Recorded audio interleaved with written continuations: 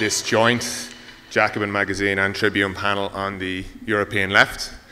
Obviously, questions about Europe are not going to be alien to anyone in the room, given the last few days.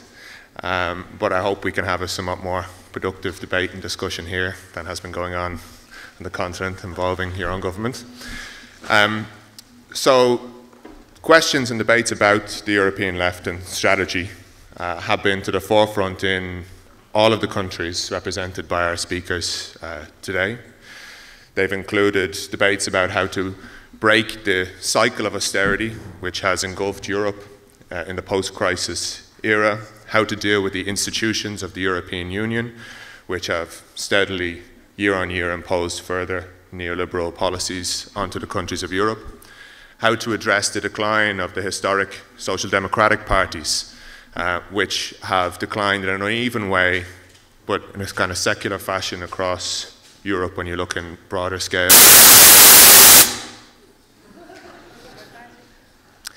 And how to address the rise of the far right, which is a phenomenon really of recent years. Clearly, we had some high points a number of years ago, the heady days of 2014 and 2015, the rise of Podemos the first time, the election of the Syriza government. More recent years have been far more challenging for the European left, with fewer breakthroughs and fewer successes. And so I think this debate is increasingly urgent for those of us who see the challenge of pursuing socialist policies in Europe as something that really is the only bulwark against increasingly reactionary forces rising in the continent. So our speakers today will represent a wide range of perspectives and parties and forces on the European left.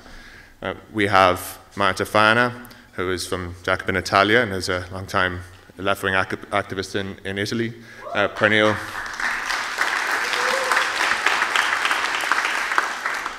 Pernille Skipper, who is the leader of the Danish Red Greens.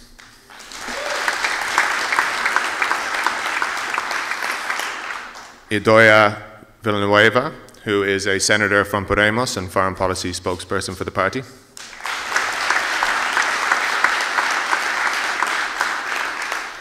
Djordje Kuzmanovic from La France Insoumise, and also foreign policy and geopolitics spokesperson for the party.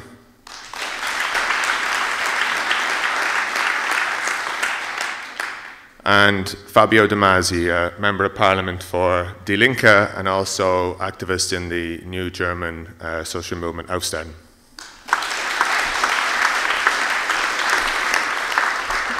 So I'll start by introducing Idoia, and we will try our best to keep to about 10 minutes for each speaker so we can get questions and answers at the end. Thank you very much.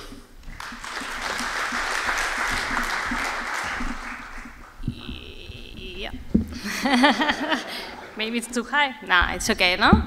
It's fine. Let me try. You are so tall. That work? Yeah, I think so. Thank you very much. Okay, so good afternoon. It's a real pleasure to be here with all of you in order to listen, in order to learn. And I will try to do my best with my English, but I don't not promise anything, so let's try. So, as we already know, the crisis, the strong economic crisis in 2008 hit with force and with virulence in the set of populations in the EU member countries. With a recent monetary and commercial union, it was the first great challenge for the supranational structures to respond to an emergency that exceeded the national level. The measures taken to combat these effects of the crisis responding only to the interest of the great financial capital. In this way, the doctrine imposed was the austerity for the popular classes, and rescue and financial aid for the large banking entities of the EU countries. If the EU was to be a symbol for peace, for prosperity, and the defense of collective well-being, the crisis and its subsequent management highlighted the deeply elitist, technocratic, anti-democratic, and anti-social nature of the current EU.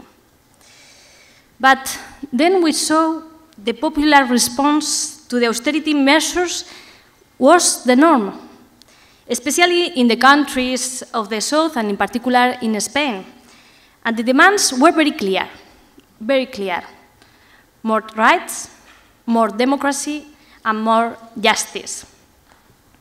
In 2011, when the squares of all over the world, the will to challenge was disruptive and democratic, in Spain, the May 15 movement that filled the squares was a turning point with a new spirit of challenge to prevailing neoliberal order, deeply unjust, an enemy of the people. A spirit accompanied by a hope for a new world, friend of people, defender of popular sovereignty that aims to reinforce and expand rights, and not to generate undemocratic superstructures and that injure and intervene national sovereignties. A spirit, in short, that aims to democratize everything, and that in 2018, this year, had its consequence faced on March 8, the movement of women in Spain that has been at the forefront of democratic change in our country. Movement that we have to keep in mind because the change will be with women or it will not be.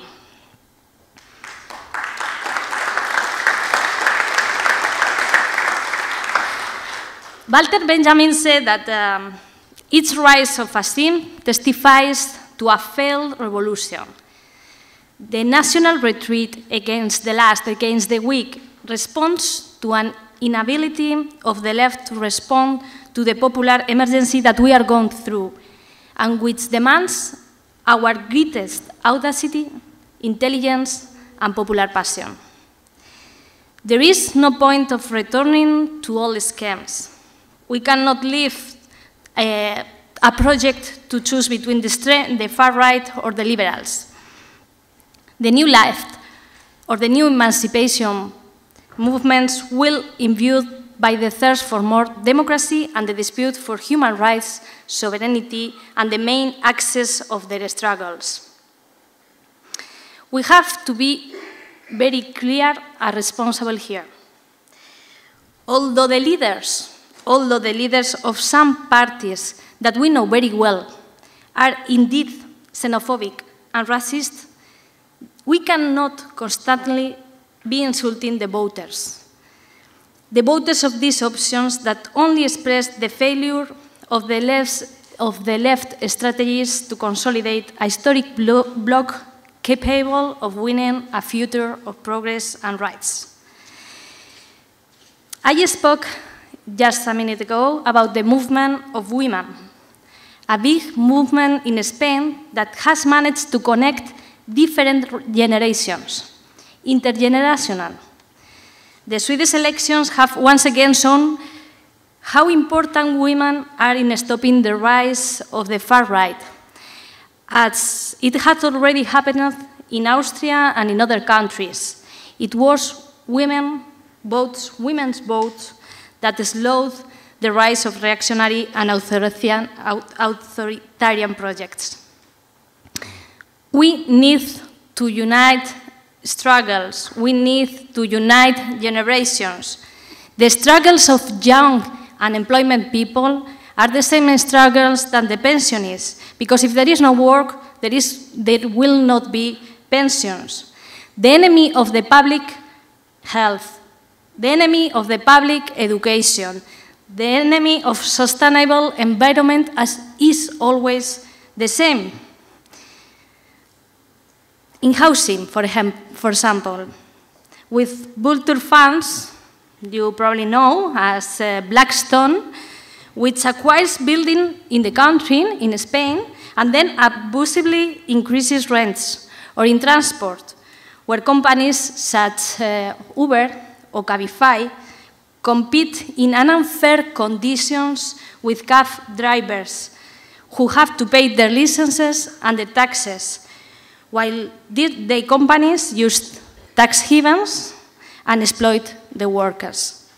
The same happens with healthcare and with many other public services privatized, sold, and competing on the basis of the precariousness of the workers. And while we hear a lot of complaints by people like Farage or May about migrants, we do not hear anything about these other foreigners. The usually white owners of these companies that dodge taxes and make working people pay. By promoting neoliberal policies, our governments have sold out the people and resources of our countries, and now try to place the blame on our struggling neighbors instead of the real culprits.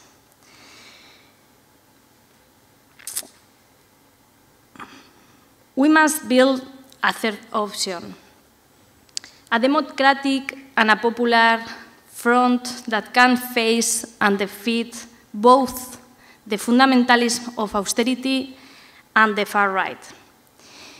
For that, Europe must radically change course. It has the productive, economic, financial, and social capability.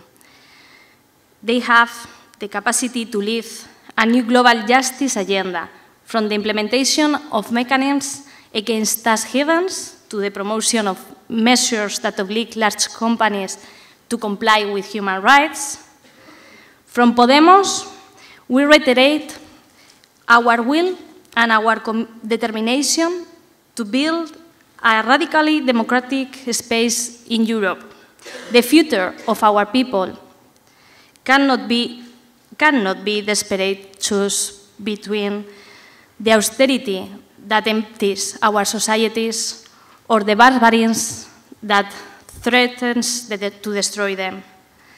A political and ideological revolution capable of changing the axis of the debate and of imposing its own frameworks, methodology, also ethics, capable of joining all the progressive focus and progressive forces under the ideological and cultural direction of a popular, democratic, and rupturist project.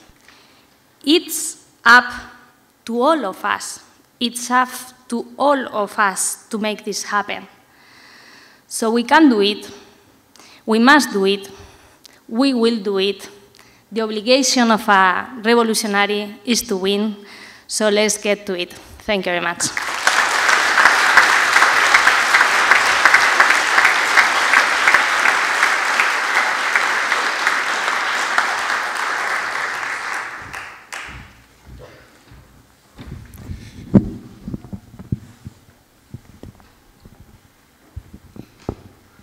I'll do it this way, Rolling Stone style. It's not meant to be impolite that I have my jacket on, but British weather sucks. This is why. It's an honor to be here back in Liverpool. I've been here at the World Transformed 2 years ago. Back then I was still a member of the European Parliament. And why is it so important for me to be in Liverpool? Because I'm from Hamburg, St. Pauli, and I live next to the hotel where the Beatles lived when they had their breakthrough in Hamburg. So when you are a British tourist coming to Hamburg, St. Pauli, and you go to that hotel, to the left of it is my building, so you can press the bell. Just remember it. Why are we here today? We're here because a week ago was the 15th September of 2018, and exactly 10 years before, we had the collapse of Lehman Brothers in the United States, and we had the big financial crisis. And preceding that financial crisis, was a development where social democracy all across Europe, with Tony Blair, with Gerhard Schröder in Germany, had sold out to the idea of neoliberalism and has been hijacked by neoliberalism, and this has led to that major event. Why? Because you cannot separate the financial crisis, the rise of the right wing, with the issue of distribution. Like, increasing social inequality leads sooner or later to a situation where when workers don't have enough money in their pockets to spend, they will have to finance their consumption with credit. And this is what basically inflated the big financial bubble. And what was the reaction of the political elites in Europe to that crisis? They made that situation worse. So with austerity, they cut public investment, pensions, and wages. And so I think that we will be in a situation that the crisis mode that we have witnessed the last 10 years will even intensify. And to understand why the right wing has become so strong in Europe has to do with the hijacking of social democracy and of parts of the traditional political left by the idea of neoliberalism. The problem in the European Union, in my view, is that Germany, as the major economic and political power, has not changed course, and it's nearly impossible to change the European Union against the odds in the major economic and political power of Germany.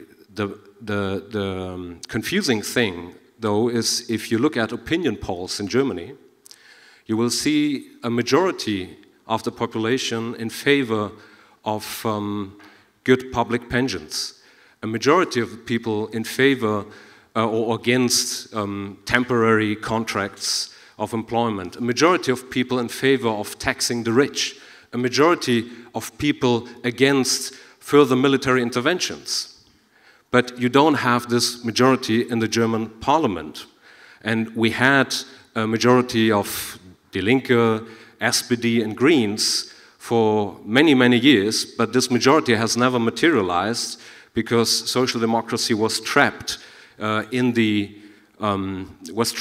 neoliberalism. So now even that majority went away and the right wing stepped into that vacuum.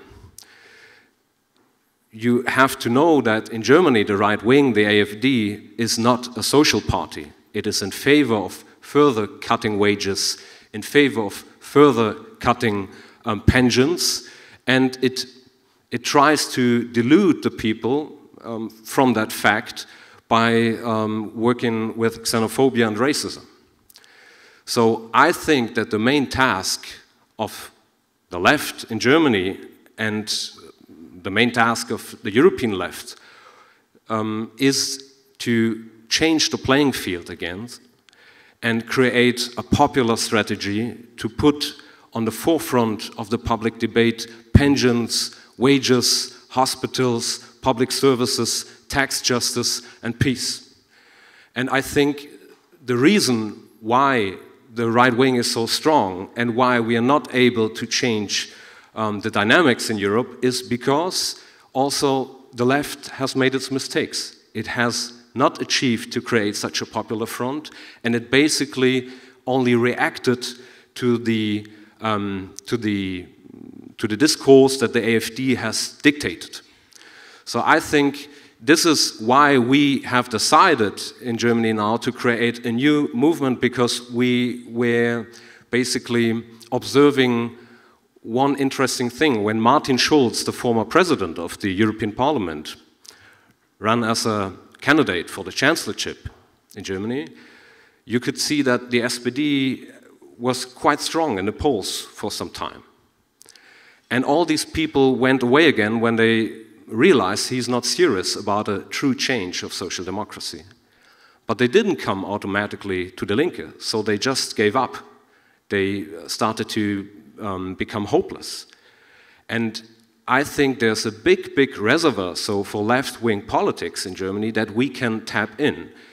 And the dynamic that we have created now with Aufstehen proves us right in the sense that in a few weeks, over 100, now it's roughly 150,000 people have registered and said, we actively want to get involved, we want to change German politics again, and I think this is a strong, strong signal for hope, even in Germany.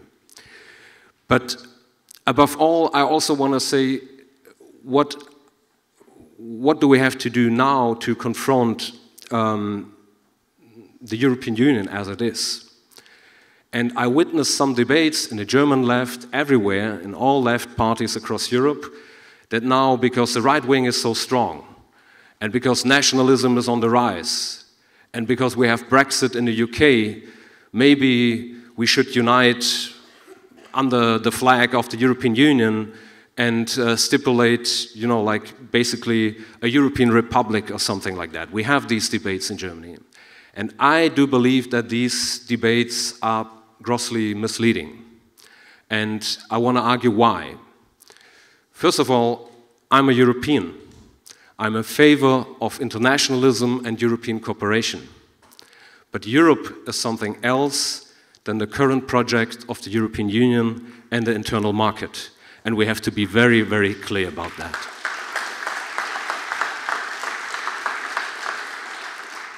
So many people in Germany, it was the most successful social movement in recent years, demonstrated against the Transatlantic Trade and Investment Partnership, TTIP. But if you look at the European treaties and the way the European Union works, it has the same genetical code as TTIP.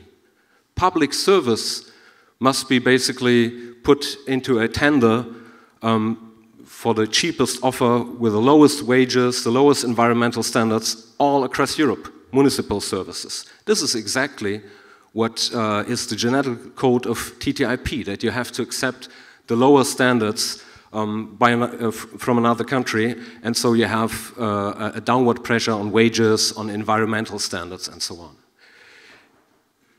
On the other hand, and in that field I would always argue, that is something like public services, municipal services, where I don't want more Europe. I want less Europe there. I want that municipalities all across Europe can guarantee their public services. On the other hand, we have, for example, tax competition. You know, like we had Luxembourg leaks, we had the Panama Papers about money laundering, we have corporations paying nearly 0% taxes. Amazon, 2014, they paid 0.005% taxes, 50 euros for every 1 million euros in profits. You can ask any cab driver, any nurse, whether she enjoys the same privilege. Certainly she does not. So one idea that we always stipulated is we want minimum corporate taxes all across Europe. But that's not possible with the current treaties. It's simply ruled out. And that's not a coincidence. That was the way the European treaties were designed in order to prevent cooperation in the field of corporate taxation, in order to increase this kind of neoliberal globalization. So in my view, Europe should be a shelter against the effects of economic globalization, but it's a catalyst of it. So it creates a kind of competition for the lowest taxes and wages where you wouldn't have it otherwise. And so it's good to argue, for example, we rally for minimum corporate taxes in Europe, but we will not be able to achieve this with the current treaties. And so you need 28 member states to agree to new treaties.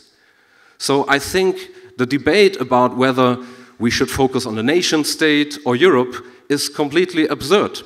It's off topic, because certainly you also need measures at the level of the nation state.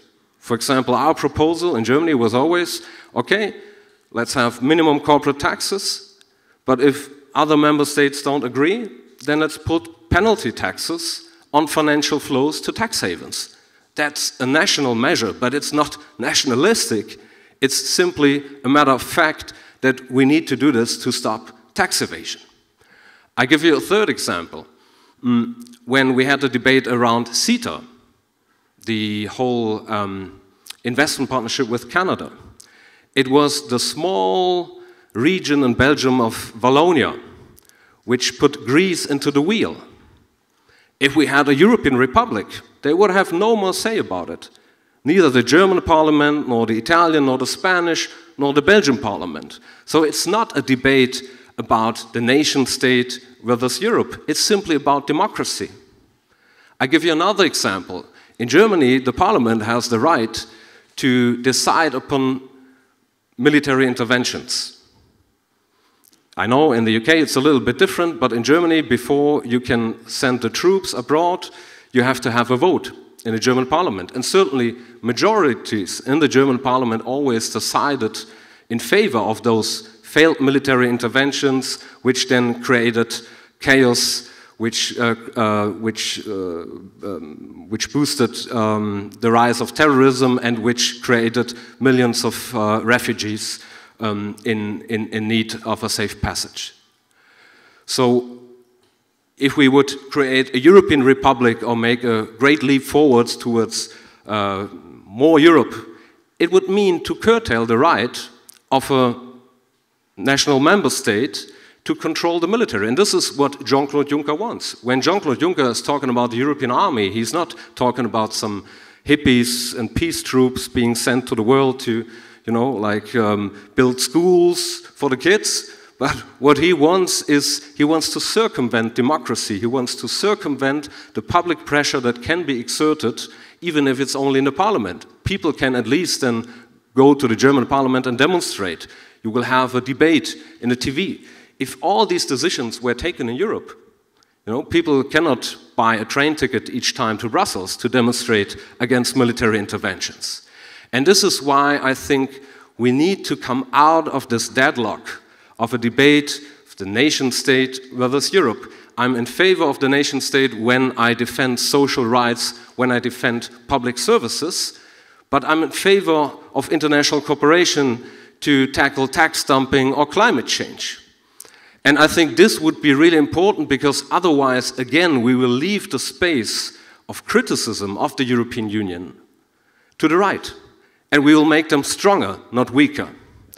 And this is why my main point that I want to bring across is, in my limited English, is that a European left that wants to be successful again has to build a popular strategy for social demands, changing the playing field away from issues of immigration, which basically follow just the right-wing agenda of, you know, separating people into migrants and those people who are already residing in the country. And thirdly, we don't need to leave the criticism of the European Union to the right. In order to be a good European, a true internationalist, you have to attack the European Union because the European Union has been hijacked by the interests of big corporations, and we shouldn't leave the grand idea of European solidarity, of European integration to those people in Brussels with Jean-Claude Juncker and the others. Thank you very much.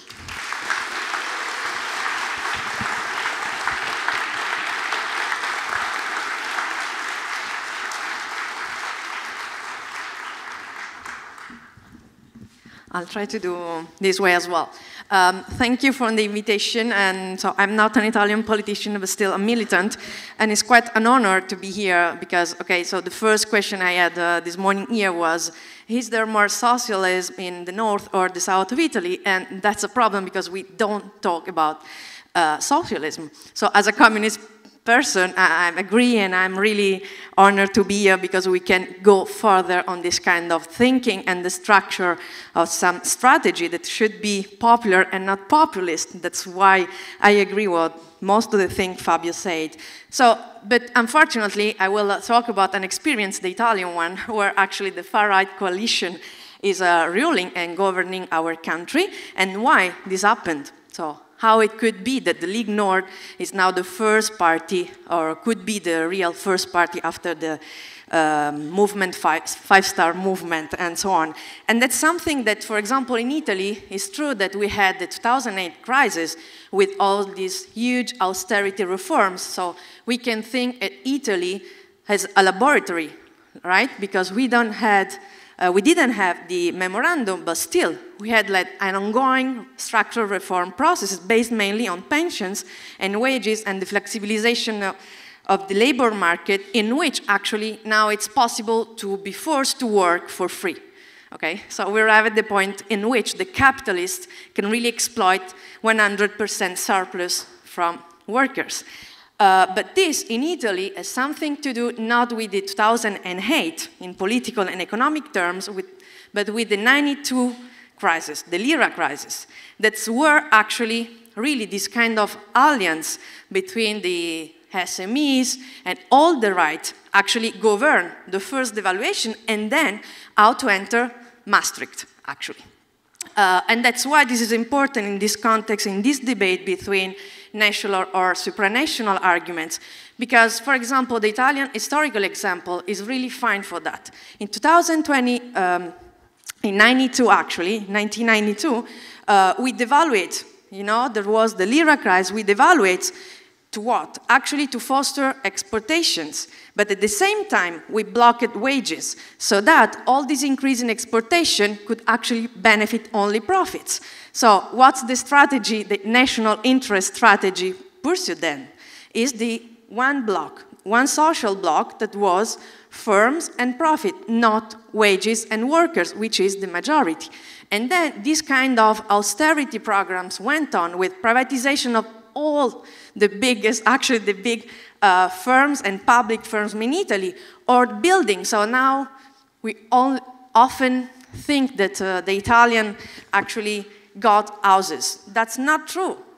Actually, even there, all this rent is really concentrated. And it's since the 92 that this crisis actually fosters inequalities. Now Italy is the third European country in terms of social inequality. And there is a difference between how a manager could actually be poor or relatively poor and a worker. And so in terms of numbers, you have the 0% that a manager could actually fall into poverty against the 34% of a family whose head actually is a worker. So there is a contrast. And when we talk about enemies, in the nationalist thought and narrative, we always have that before we had Europe as our threat, right?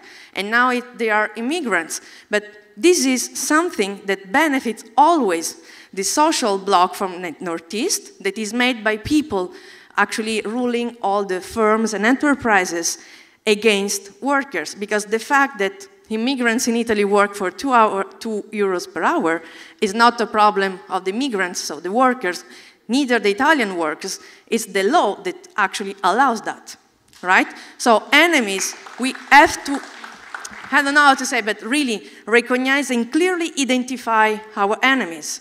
Profits and capital, national capital and international capital is an enemy now, and is something that actually is ruling our institutions within the state and outside, because TTIP, or the privatization of the national system, schools, nurse, cares, and so on, is a way actually to neoliberalize public services, social services that have nothing to do with the exchange value and profits, but need really to satisfy social needs, right? So there is, in ideological terms, and here I think that we have to move this kind of argument, has nothing to do with the power of money, so profits. So actually when we try to, so how to do this in reality and practice, so in national interest, where the national interest is the interest of the majority workers, okay?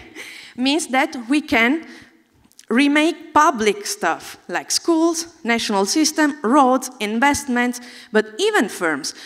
Because as Fabio was talking, the fact that Fabio was talking about this power that Germany has is the never-ending battle of power between France and Germany. We know that. And we know that it's a battle between capitals, not workers. So if we need to get a coalition at the European level, we really need to unite struggles. So all these, I don't know, outsourced workers in English universities, as well as the Italian ones, should fight together for the same rights, for the same, actually, against the same level of exploitation, because the mechanisms are the same.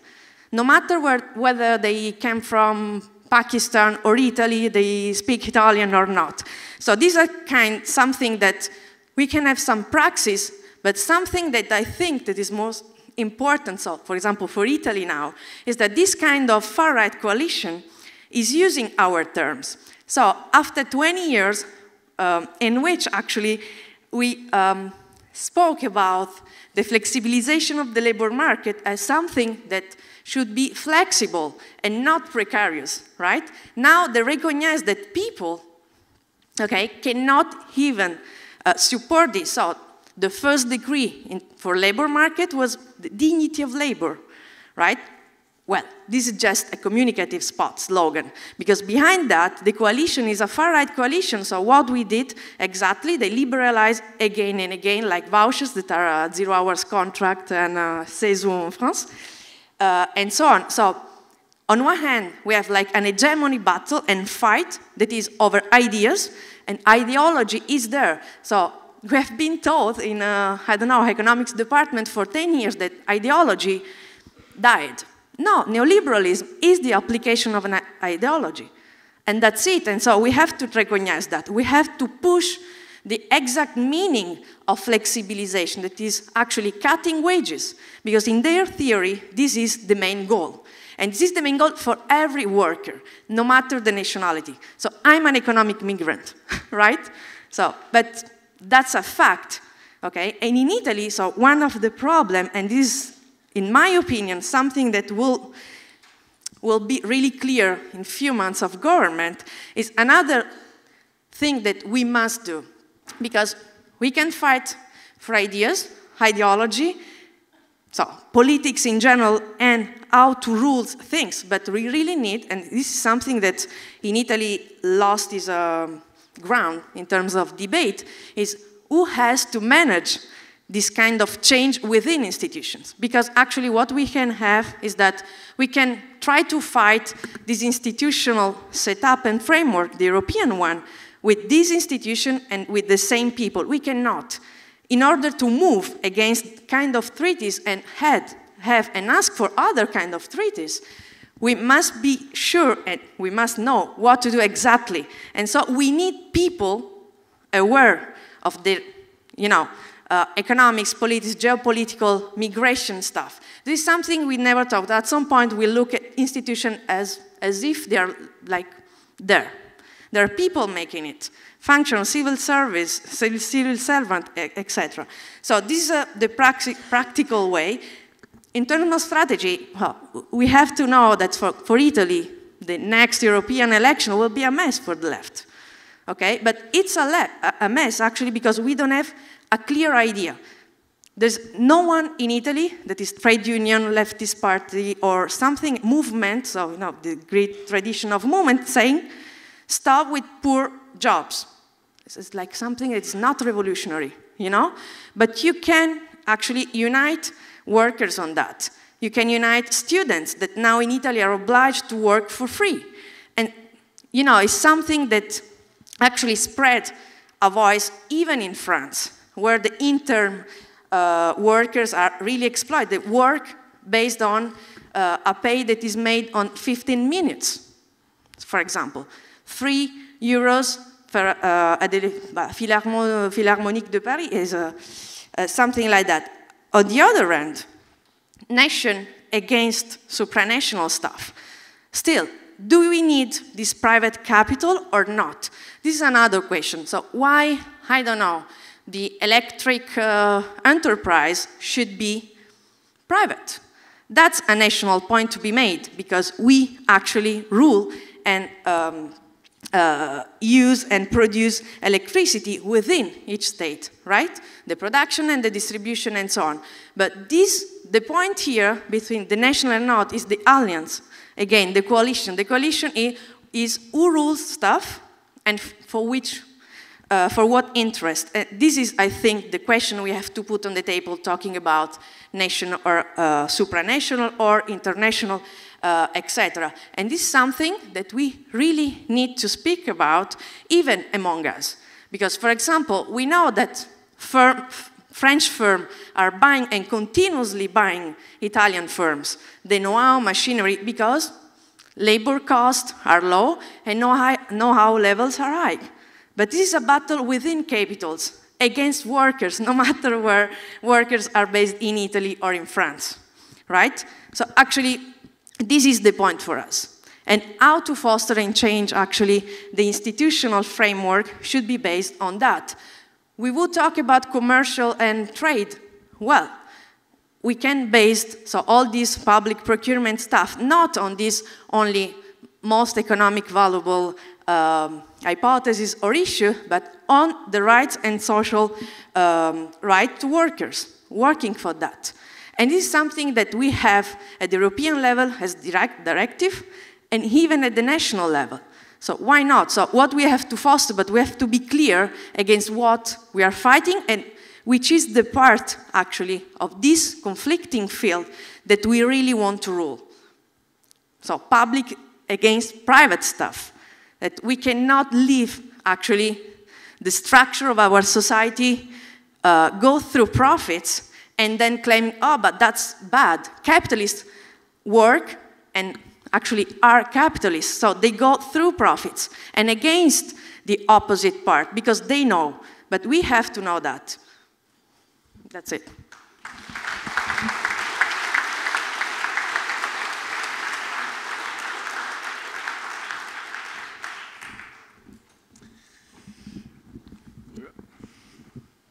Yeah, hello.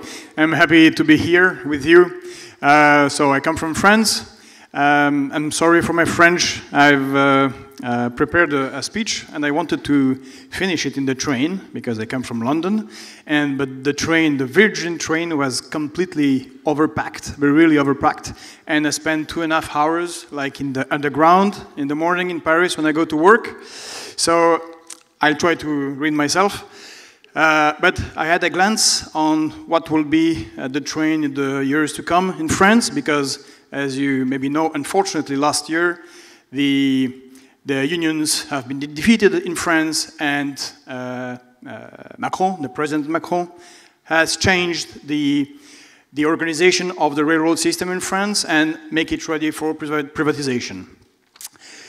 Yeah, I said I'm happy to be here because I'm here as a recon unit for Jean-Luc Mélenchon, who will be there, our leader of France Insoumise, will be there tomorrow evening, and he will give a speech on Monday evening. And why it is important? It's because, as you maybe know, Jean-Luc Mélenchon was elected MP in Marseille. And in 1995, here, there was a strike, I think a strike that didn't so well, but here the workers, they received the support of the dockers of Marseille. And that's the meaning of the coming of Jean-Luc Mélenchon, is to show that we have to be united, even if we have differences, if you do not see everything the same way, but you have to be united in Europe to fight back liberalism.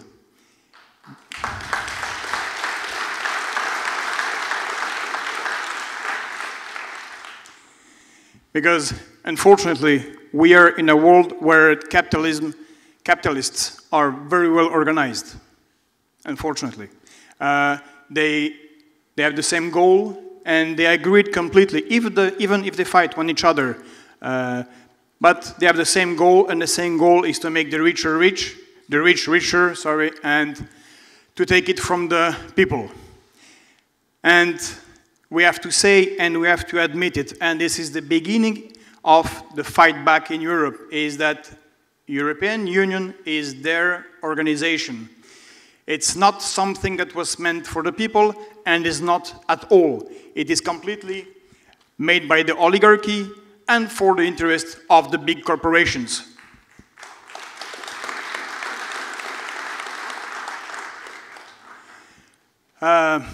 few years ago, there was a Ministry of Economics from a right government.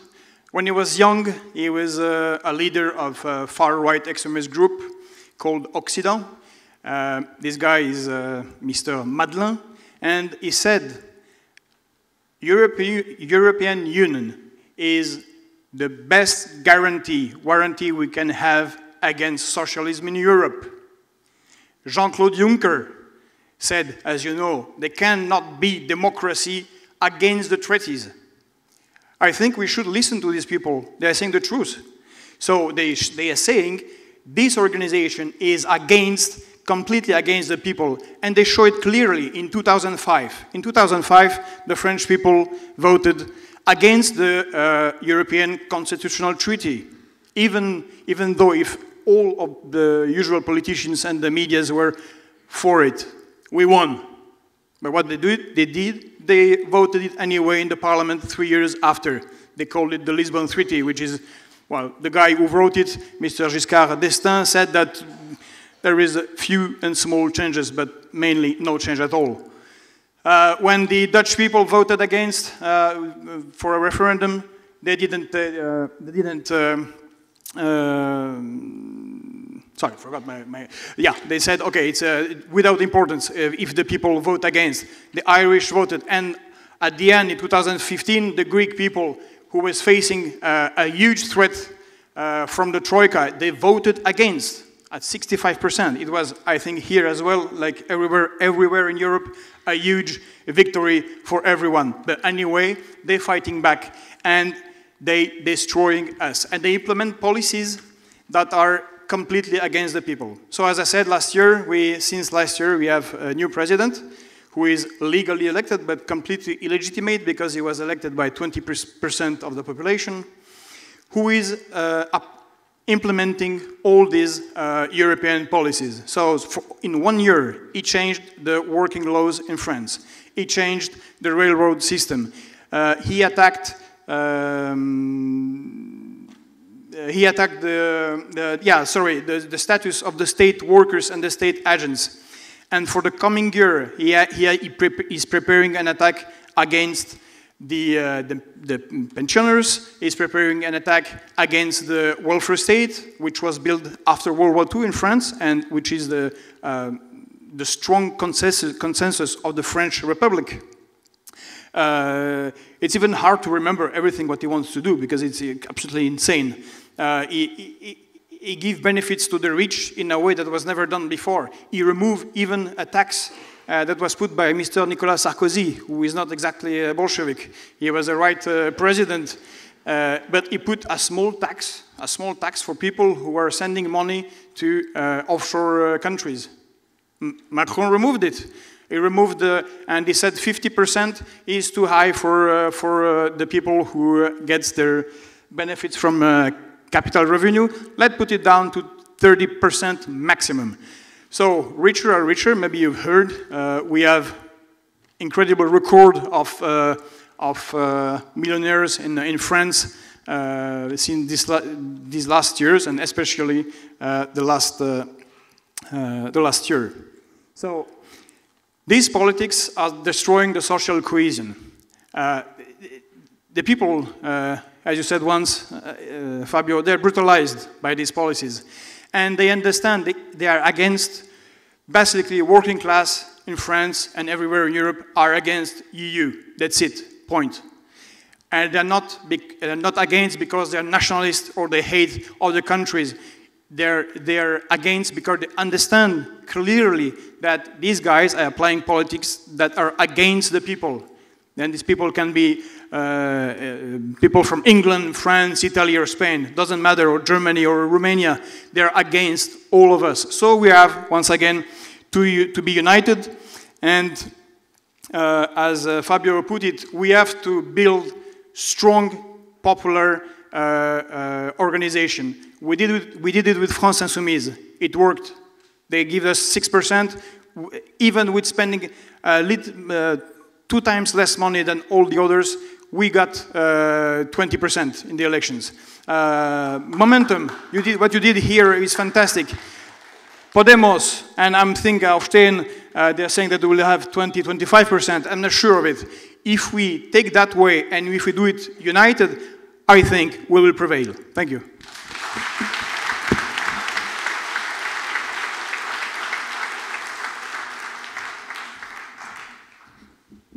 Thank you so much. My name is Pernille. I'm the political leader of the Red Green Alliance in Denmark, and we do not have 25% of the vote yet. But we do have almost 10, and in a Nordic country that's, well, it's historically great. And so, just to sum up what everybody else is saying, actually, I think it's the same message across Europe from the left-wing parties, that we see more and more reason to fight against the EU elite, but also that it's working more and more, and that we are a left-wing in progress, and we are on the verge, I think, of a left-wing prime in Europe. So that's basically my message for you today, is that, as we say in my party, we're winning. It's just a matter of time.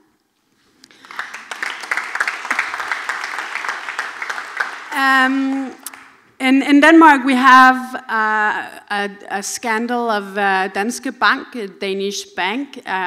Hopefully you've heard of it, but it's unrolling these days. And I want to talk about it because it's an example of the anger and the resistance that exists even in a Nordic welfare country as my own.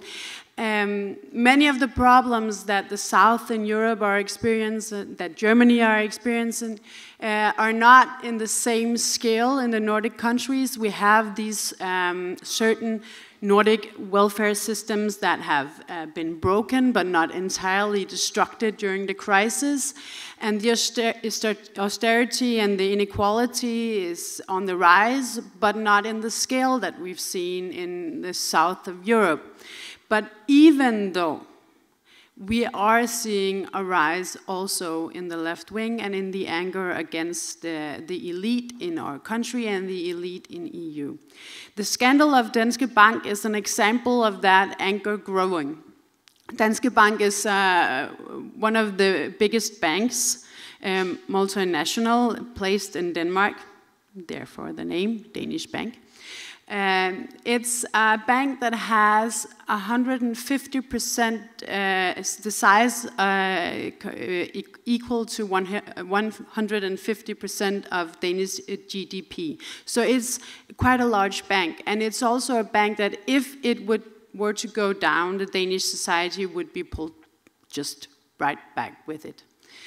It's also one of the banks that had the most need for the Danish public support when the crisis hit.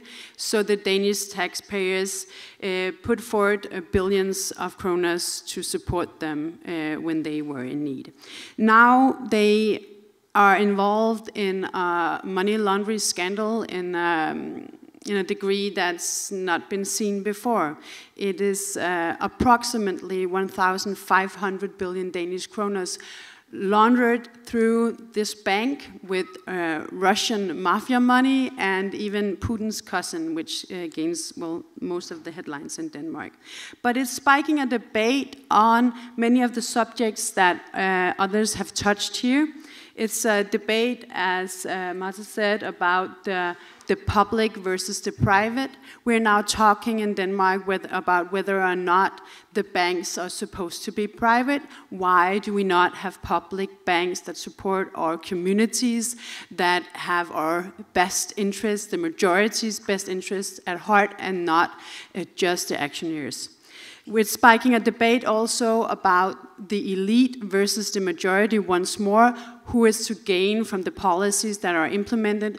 And is it gaining the majority of us or just a small elite? And then it's spiking also a debate on the system, the economic system, and whether or not it's regulated as it should be. So it's really a concrete example of the anger towards the economic elite, the anger towards the system not being over just because the crisis mostly is in Denmark. And I think we need to realize that we have a historic chance. We did during the crisis, the movement towards the left grew, but it's still there, and we're on just a stepping stone to something bigger. At the same time, of course, the populist right is rising. It has been in Denmark for approximately 20 years. The populist right in Denmark is not a violent right, it's established right. It has about 17% of the votes. They're situated in parliament. They're talking about joining government with the neoliberal party. And they are accepted as a basic party. They did so by quickly adapting their rhetoric and quickly getting rid of any members who had Nazi pasts. And so now they're an accepted party in Denmark. They've also taken a left turn on their economic and welfare policies. They're copying many of our policies because they see it as a popular way to stand. And so we do have an enormous challenge in the populist right and their racist policies. Because as you probably know, Denmark is also known, unfortunately, across the world, not only for our banks, but also for some of the worst policies towards refugees, the laws that allow authorities to take away jewelry for new arrivals. There are laws against now wearing the burqa and what to wear. There are laws, they're discussing laws that will demand from new citizens to shake the hand of a mayor because they want to, well, I guess, bother Muslims. And so we have a real issue there. Many of so-called leftists in Denmark will say that the EU will save us from the populist right. My clear message is it will not. The EU has caused the populist right. It is my... in Denmark, we see it, the policies that are creating austerity, the policies that are creating insecurity, the policies that are causing our cutbacks in welfare, even in a country like ours that are outside the Eurozone, are the policies that EU are implementing. It is the EU treaties that are causing this insecurity, that are making people seek answers in different places, of course. And also the policies that therefore are making it so easy for the populist right to well, try to give some answers that might seem easy. But as the EU is causing the populist right, I don't see the EU elite or the elite in Denmark especially trying to correct their mistakes. On the other hand, they're actually copying the populist right. It's worst, I think, in Denmark, where the Social Democrats have copied the refugee policies of the right-wing populists. But it's also seen across Europe. I think that the old parties are not trying to fight the austerity that are causing people to seek answers in the populist right. They're trying to copy their populist right policies when it comes to refugees and immigrants. And that is a huge danger, because then we have not only one, but we have two enemies. So my message is that we need to break with the EU policies to break with austerity, but we also need to break with the EU policies to break with racists.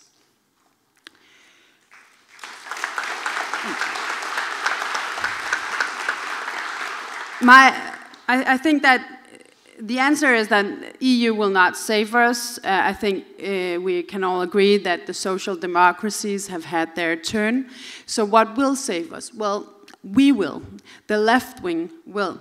I think we have a magnificent opportunity as a left wing across Europe, but also, of course, some challenges. So it's just a few words about the challenges. I think Fabio said something about it also. We need to have a left that is more concrete, a left that delivers answers and solutions to the real problems of people here and now, something that can be done tomorrow. And of course, it's a question of getting rid of this, the capitalist economic system, but we also need to deliver answers for people before we get there. So, just to make it short, we need to spend less time behind our theoretical desks trying to make plans for how socialism will look like when we get there, and more time actually getting there. The second...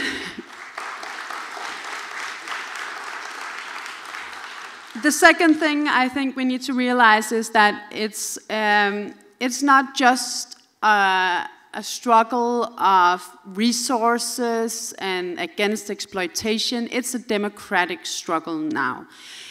Everybody, basically everybody but the left has abandoned basic democratic liberties. Freedom of speech, freedom to dress how you want to act like you want to. Basic democratic rights have been left behind, of course, by the populist right, but also by the elite to try to diminish the influence of the populist right. So we are the only ones left, but it is a popular struggle because it will come for you, they will come for you one by one. So, and I think people realize that, at least that's what we're seeing in Denmark, that even if the populist right is gaining more and more popularity, also the struggle for our basic human rights are. Because it's not just a question of refugees, it's a question of the rights of all of us. So this is also a basic democratic right, and the left needs to stand really strong on that point. And the last thing I want to say is that it's a democratic right, it has to be a fight, it's a democratic fight, it has to be a concrete, realistic fight with realistic solutions, but it's also a class struggle more than ever. More than ever is this a question of classes, and more than ever do we need to unite the majority. And I think one of... I find so much hope when I look across Europe and our sister parties gaining strength, doing campaigning that are really gathering people behind a positive and progressive message. And what I see across Europe working for all of us is a message that this is not just a question of some small group in society that we need to help. This is a question of all of us. In some way, the elite policies have disrupted the security for all of us, and the future for all of our children are at stake if we don't unite. So my last message is that it's a question of the concrete solutions here and now, and we need to realize that and open up our arms as a left wing, because we are able to, have many more behind us if we want to. Thank you.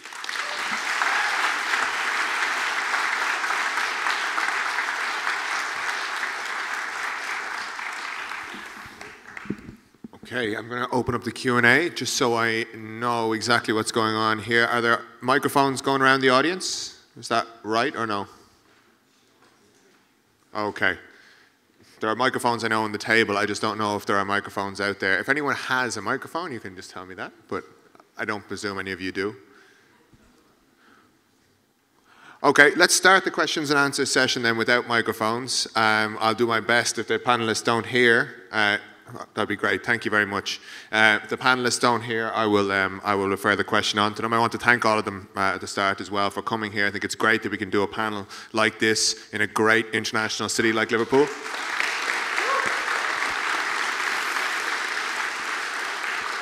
And I think too that it emphasizes at a time of growing socialist movement here, the importance that that movement be aligned to people like this fighting for socialist policies in Europe, and not to XYZ person who might call themselves a social democrat, but pursues policies that attack working people. So let's start the questions and answers. Here first. Hi, yes. This is actually a question that's to Fabio from Die Link. You talked about a change in the movement and how we need to align with the issues of racism and xenophobia and transform that into something that brings all people together. And you also discussed the new campaign that Die Link is doing, which is called the Get Up Movement. I don't speak German, so he'll have to.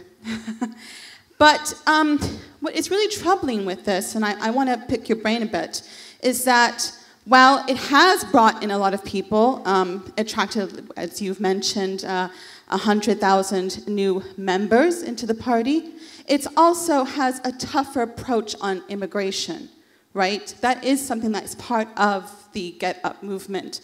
And I know this is trying to attract members who would have gone to AFD, but I don't think this is going to work. You know, if this is going to be your policy, I mean, I was really heartened to hear what the Danish Red Greens had to say about this, representative from Danish Red Greens, because we have to build a left that doesn't really marginalize immigrants, people of color, black individuals, and it cannot be on the backs of saying we need to get tougher on immigration, because what you really mean by that is you want to get tougher on specifically Muslim immigration. That's a big problem, a big issue that's happening in Germany, has been politicized in Germany, and that really falls into the hands of Islamophobia. So it's not going to work if that's what you're going to do. We'll take 3 questions and then we'll go to the panel. So the second question, I want to go over here. Yes. Does that microphone work? I'm a bit more optimistic about the Social Democrats in Europe in some countries. If you look at the way the Austrian Social Democrats reacted to their own conservatives forming a coalition with far-right party, the Freedom Party, they've rethought their politics. No, it's not as left as Corbynism, but it's not nothing. So I wonder whether people on the panel can tell us whether or not, I mean, at a time like this and in a venue like this, is there any generic heuristic lessons that we can learn from what happens when the radical left is able to engage with social democracy? Because what we're doing here is exactly that. So I'm wondering whether anybody on the panel can tell us whether they've had any success in pulling Social Democrats towards a united project, even if not a single party. Right, and another one, we'll try and space it out. So over here, if we have a microphone to this man here.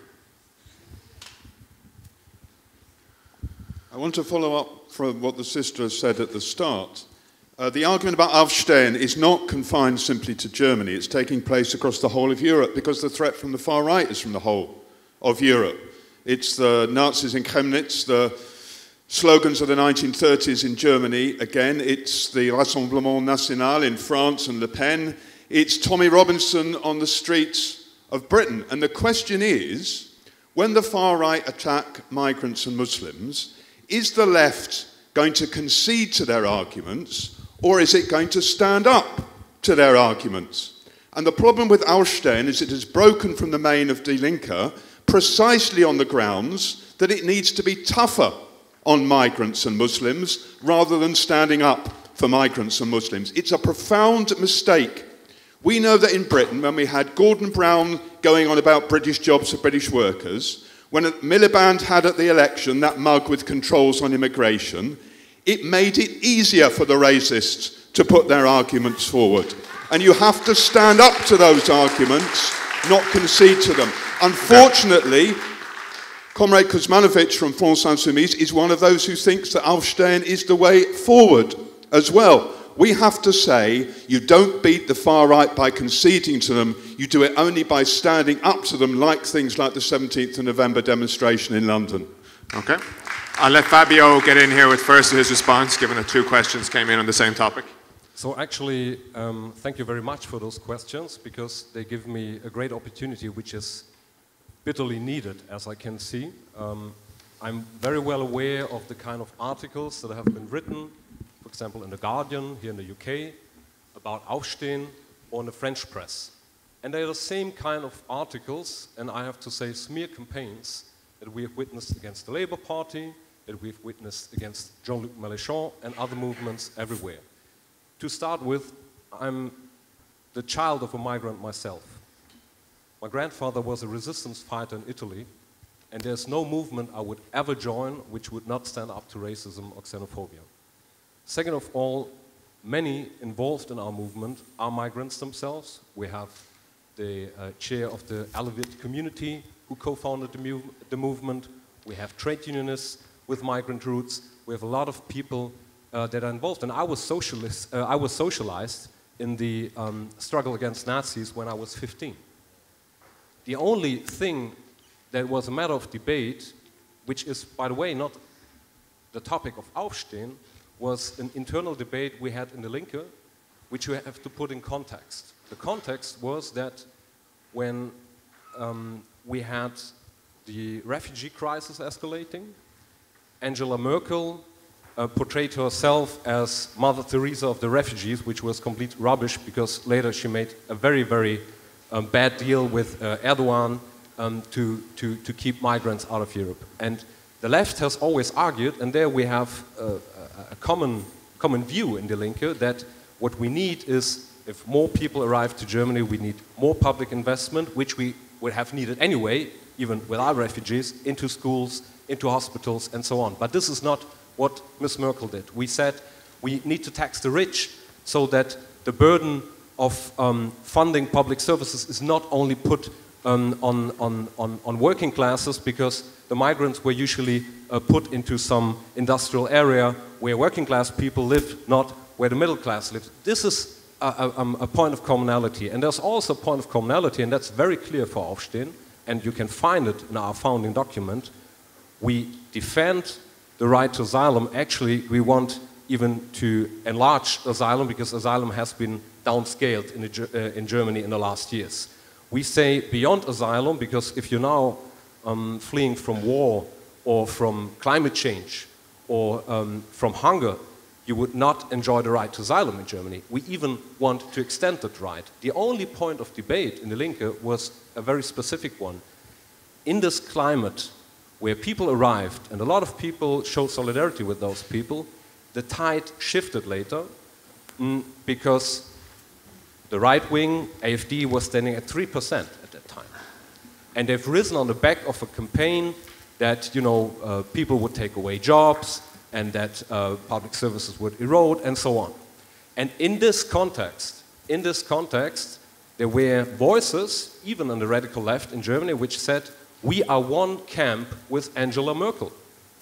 And we have to construct a broad camp of Angela Merkel against the popular right. And I'm saying I'm not in the same camp as Angela Merkel, because she's responsible for delivering weapons to the Middle East and causing those people to lose their homes. She's responsible for austerity all across Europe and forcing young people from Portugal, from Spain, to leave their jobs and their houses and come to Germany to work at almost no pay. And there's a difference between saying we want to be solidaric with migrants, but there were also discussions within the Linke, which I would call, it's the old debate of identity politics versus class politics, that migration per se would be a good thing because it's nice, Germany becomes more colorful and so on, more people, and that's cynical, because people don't come because of the nice weather in Germany, they're forced to come.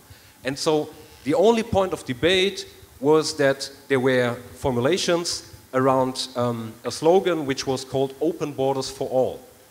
And some people in our party, by the way, Bernie Sanders was outspoken against the slogan. He said it's the wrong slogan because if people here in Liverpool lose their job, we wouldn't tell them all to go to London. We would fight for decent jobs as well in Liverpool. And so he said you cannot solve all social inequalities in the world just purely via immigration policy. And if you would take it serious, the slogan "Open Borders for All," it would mean, in the context of our party program of Die Linke, that you would not differentiate anymore about a person in need, but anybody could claim the right to come to Germany with access to 1,050 euros a month, which is our basic social income that we want to grant to anybody in need, and you would have the citizenship after 5 years. And there was a debate in our party whether it's clever to put such a slogan in front, because you would maybe create the impression that instead of fighting the root causes of forced migration, you would simply act as if you don't take serious the fears of people, the fears stemming from maybe there are not enough resources in our community. And so the only point of debate was whether we should say open borders for people in need or open borders for all, which is a purely theoretical debate, because 65 people in the world are refugees, internally displaced people. The majority of them will never make it to Europe. And a large part even want to live where they have their social relationships, where they speak the language. So my point is we have to defend now the right of asylum. We have to stand up against Nazis in Chemnitz and everywhere, but we shouldn't have abstract debates about open borders for all in a climate where people are basically are being lured by AfD and other forces into fearing migrants. And this was a strategic debate, and that was the only point. And if you were right that this is a xenophobic perspective, then Bernie Sanders, okay,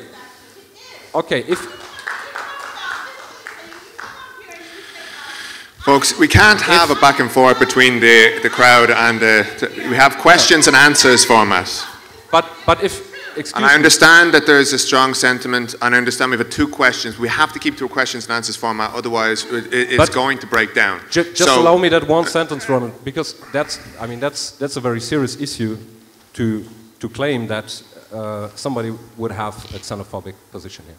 If that would be true, Bernie Sanders would have a xenophobic position.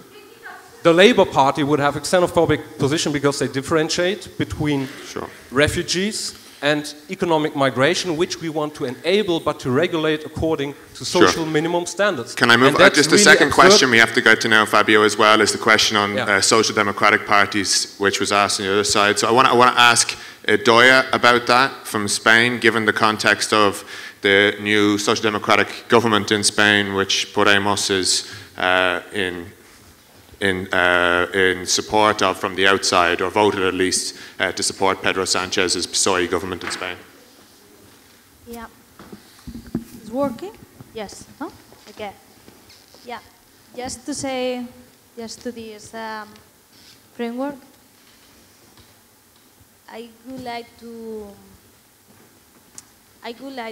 say that there is and there never will be a contradiction between social justice and human rights. And there can be no social justice without human rights, or human rights without social justice. So we must be very clear about this, and we do not defeat the far right by becoming like them, the far right. So quite the contrary, the more concessions to them, the more difficult they will be to defeat.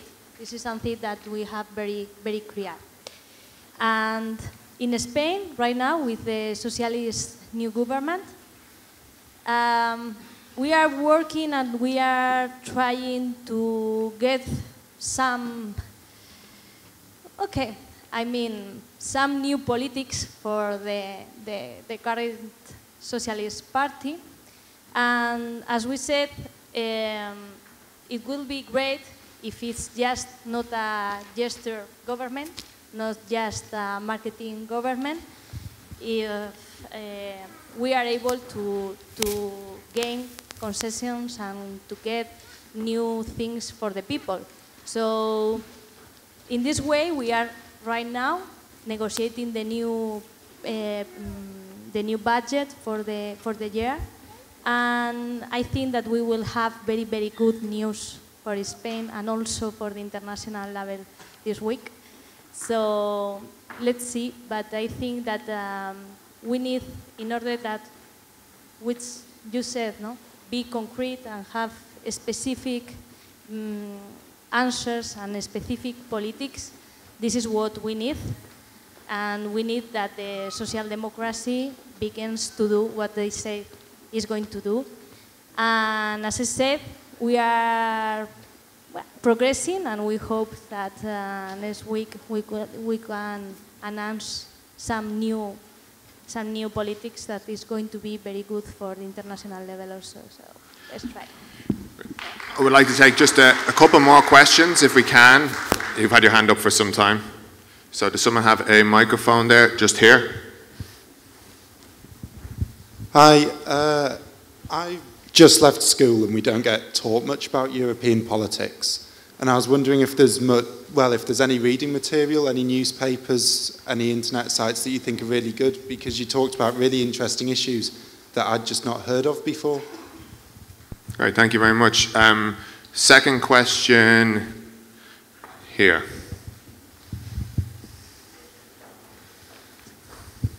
Hello. Well, my question is again addressed to Fabio, but it's not about this migrant debate.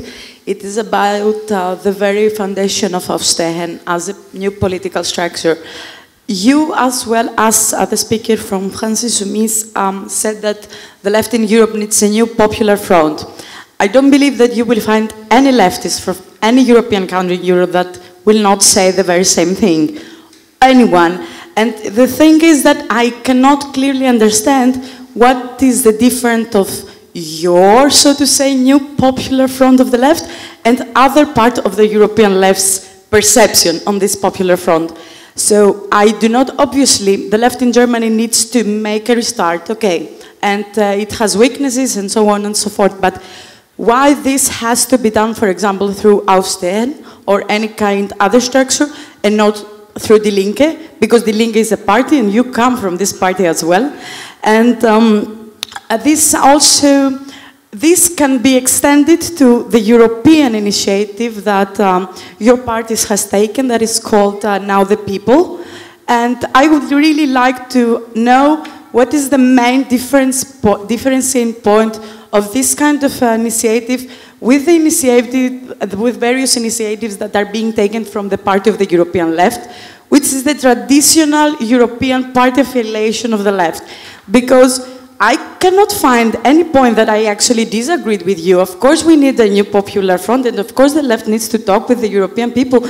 And no one believes that the European Union is all about social justice and prosperity. Of course it is a mechanism of neoliberalism, and of course it is a tool of the European capital, and it was built like that.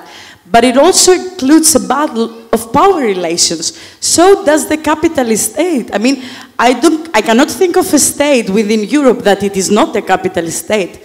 A nation state, I mean, all our states are not capitalist states.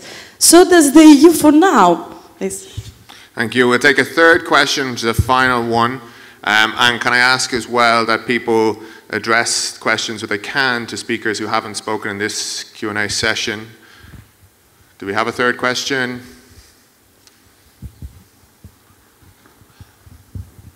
I'm not European, but no, I'm not. Because Europe idea is a bit imperialist idea. That's what I'm not European. But it seems all the European has forgotten the history. 1914, just before the First World War, all the Social Democrats and nationalists united to join the war. 1932-33, in Germany, Social Democrats and Communists give way to fascist movement. 1990s, in heart of Europe, in Serbia, in ex-Yugoslavia, massive, how could I say, massive killing took place, and all Europeans has closed their eyes and their ears. How can I be European?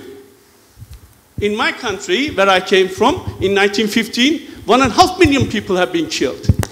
How can I be European? But as she said, as a Danish representative said, we have common issues.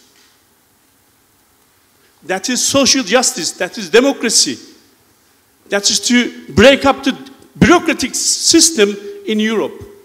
How we can reach all together, how we can share these values all together, how we can build the European-based or world-based movement. Because immigration is a big issue.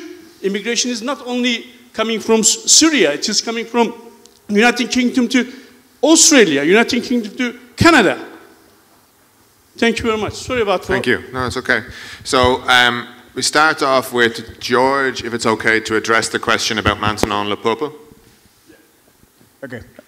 This works? Yeah. I'll try. About the Social Democrats, I agree completely with you.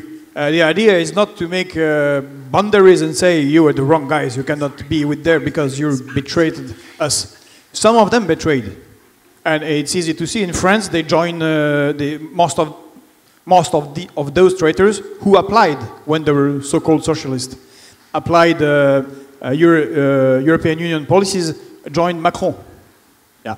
But there is a lot of militants, even elected people, mayors, and who are trying to fight within these absurd policies to make the life of the people who elected them better. So, yeah, we propose them to join us. And, for example, Génération of Benoît Hamon, we proposed him to join. Well, not to join the party, but to be somehow united, have a common front. But we put only one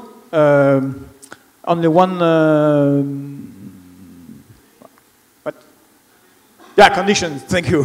One condition, you have to be against European treaties. If you're not, this is just blah blah, as usual. That's it. And the rest we can work together. Regarding with the questions about the issue on migrants with the Aufstehen and stuff like that, we're facing the same thing in France. Please, our enemies will attack us on stupid things. When we said that we will come here with Jean-Luc Mélenchon, one journalist came to see me from Le Monde, the main newspaper in France, and asked me, this will not be complicated? I was wondering where is it going. I said, no, I think the trains are working, planes, and even the ships, so I think we can reach the place, and if everything is shut down, we will take the bicycles. So I was, no, I was not speaking about that. I was speaking that, but you know, Corbyn is anti-Semitic. Yeah, that's the thing. They are attacking us right now, and after the speech of Jean-Luc Mélenchon Monday evening, Tuesday morning, you will have those attacks. Because they decided that Corbyn is anti-Semitic for I don't know which reason, and they do not speak about anything else, just that. And regarding the question of the migrants, as we often say, we do not understand, well, we do perfectly understand, why the far right and sometimes some left are consider that the refugees and the poor people that are on boats in the middle of the Mediterranean are just migrants. I mean, there is other migrants within Europe. It's social dumping that is organized by these very European Union that we are criticizing. I mean, people that are coming from Africa last year in France, it's ridiculous. I don't know, it's 25, 30,000 people for a 70,000 million country. It's nothing. We could have all them. You could take them all, but in France we have 600,000 registered workers that come from European Union that are allowed to work in France, but that are paid on the social benefits in other countries. And this is the problem, because when you go to France. If in the place where I was not elected, I failed the election during the election, it's a migrant territory because it's a mining area.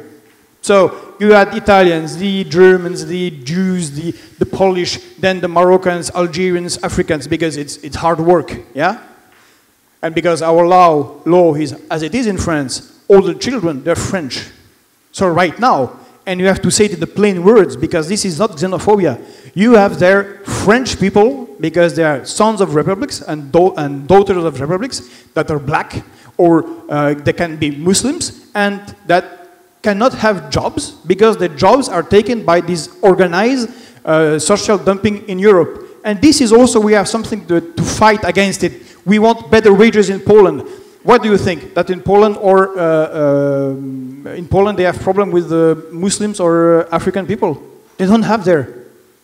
The problem is the Ukrainian. This European Union, they have organized a new free trade agreement that took place last year with Ukraine. What was the outcome? In a country where you have 46 million people and the average wage is 250 euros. Imagine that? So the pressure is high. They're organizing war against, within the working class, and we have to fight this back. Can I say, just on to Pernille and then to Marta, we're right up against time, so. Okay, thank you. I'll try to keep it short then. But I think we have two discussions that I would like to comment on with the same answer. The discussion on migration and the position of the left, but also the question on why now the people and not the European left. And I can only, of course, answer for my own party in Denmark that is part of the same platform. But the answer is really the answer to the question of this debate. Where next for the European left? I see the next for the European left is concrete solutions that people can actually see solving the problems that they are a part of in their everyday lives. So what now the people does for us is to deliver concrete solutions on tax havens, on social dumping, on climate change across borders that we can present in our country to the people that we want to vote for us in the European Parliament election and show them that the left is actually delivering what they need, concrete solutions. So that's why I think now the people is an important step for us here and now. The second question I would also just like to touch is the matter of migration and the discussions in Die Linke and Germany and here also, but I'm not an expert on the debates in other countries, but I can just say that I think if we want to unite, and I think we've all said that's the main task for the left, we want to unite. If we want to unite, we cannot deny the problems that people are facing in their everyday lives. So when people are facing, for instance, in Denmark, cutbacks in welfare, elder care, schools, kindergartens, because many refugees come and there are no funding from the state following the refugees, that's a problem that people face. If they see a left that says, oh, well, we can just, you know, it doesn't matter how many refugees that comes to Denmark, we can just bring. If they face a left that deny that it's actually complex when thousands of new citizens come to a country, they won't see us as problem solvers. Then the only problem solvers will be the right-wing populists that are blaming the refugees. So if we're not there saying, yes, this is an issue, and the blamers are the elite that is not funding schools, not funding kindergartens, then they will just join the populist right. So just in basic, we need to unite, and to unite, we need to realize the problems that people are facing and actually solve them, not live in a dream world where millions of refugees aren't a challenge for any society. Of course it is. Final quick comment from Marta. Just to be short on that, on be practical and realistic. Well, I don't understand why we should play within the field of this neoliberal framework, meaning that we, as I said before, if we say that in Italy the 10 richer percent actually owns the 65% of our wealth, and even more in terms of income, we know where fundings are to distribute a welfare state that is universal, because in Italy we have an answer that is make the minimum income only for Italians. And so people that so our neighbor actually, they accept that. But we should fight against this kind of proposition, because we know that we got all the resources to improve the welfare system. So in Italy we don't have a welfare system, but still, you know, against the Danish or the German or French one. So actually we should decide on which field and which word. So these are ideas on which we talk about. And then, so even slogan. So I'm against the 90% slogan as the without borders, because the class is not the 90%, because we know that there is a middle class working for capital, and they are not our allies. So I know slogans are slogans. No, actually they behave in certain specific historical moments and so on, but we can actually exit and, yeah. Thank you very much. Sorry, we've run over now and I'm getting frantic gestures. Thank you all for coming. I appreciate it.